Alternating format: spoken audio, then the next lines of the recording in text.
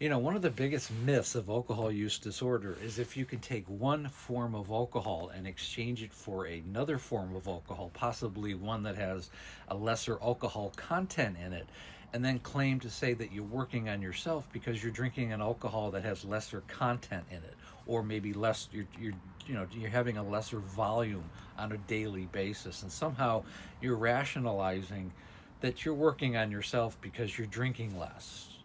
Okay, nothing is could be more ridiculous because this is just another form of someone who is in complete denial of their life. And really listen to the end of this because I have a lot to say about this kind of subject.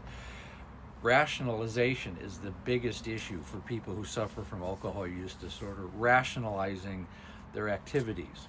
My wife, for example, used to, when I first started going out with her, she would drink wine. She'd drink maybe a glass or two at night. We were brokers.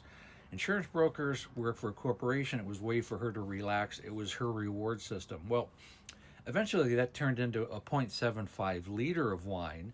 And then years later, it turned into a 1.75 liter wine, which is the big bottles a night. That's what she was drinking a night.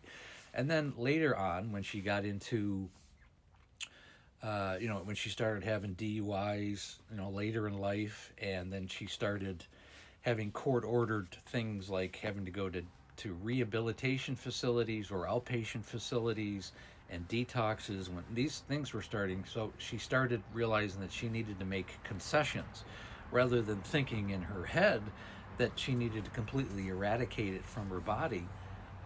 She would go to something else.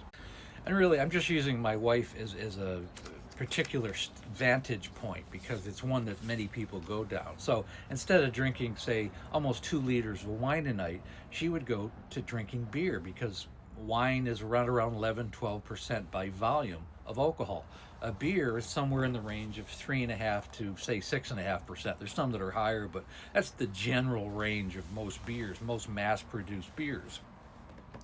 And my wife, in her later years, went to Coors Light, which is, I don't know, 3.5%.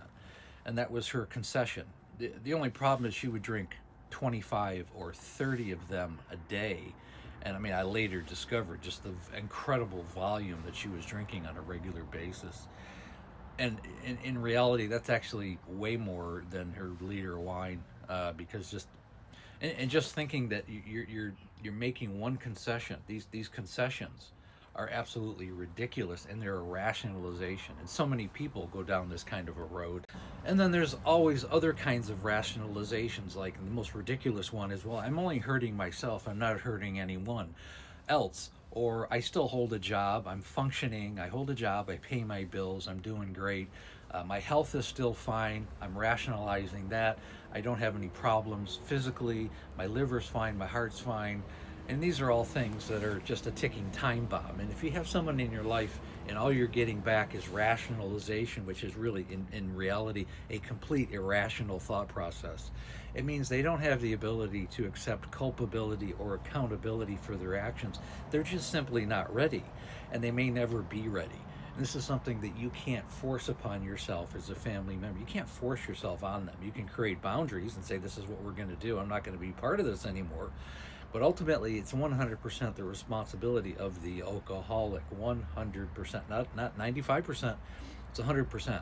Nobody can make them change other than themselves. So if they're immersed in this kind of self-sabotaging thought process, just know that they're not ready, and you can't force it upon them. Hopefully, they do get ready before they do hit some kind of horrible rock bottom, or before they destroy their lives and the lives of the people in their life. And really, the last thing I want to say, if you're an alcoholic or struggling, someone who's struggling with this particular disease, it's important to have that awareness in how you speak to yourself and realize that maybe you are your biggest problem.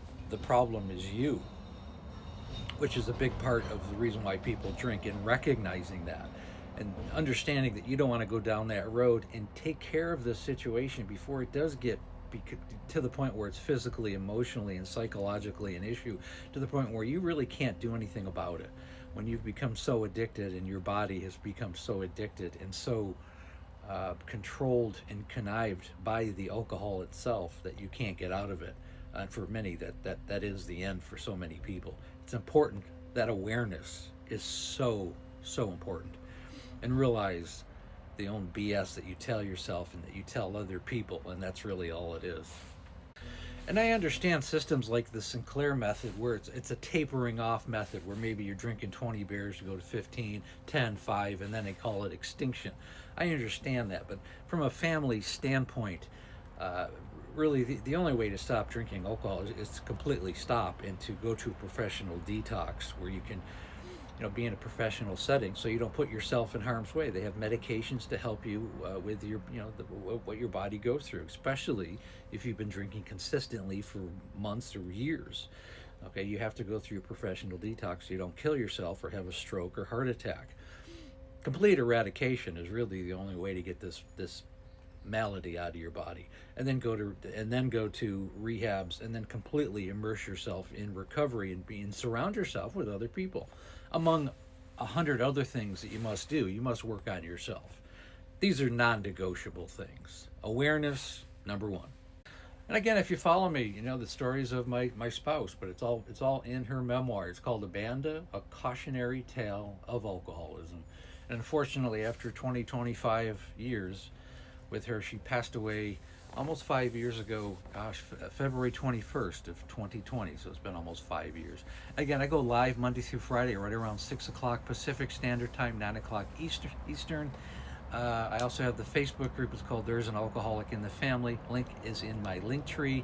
And when you're ready to work with me one-on-one, again, in the link tree, set up a breakthrough call. It takes about 45 minutes. We do a deep dive into what's going on with you and your family.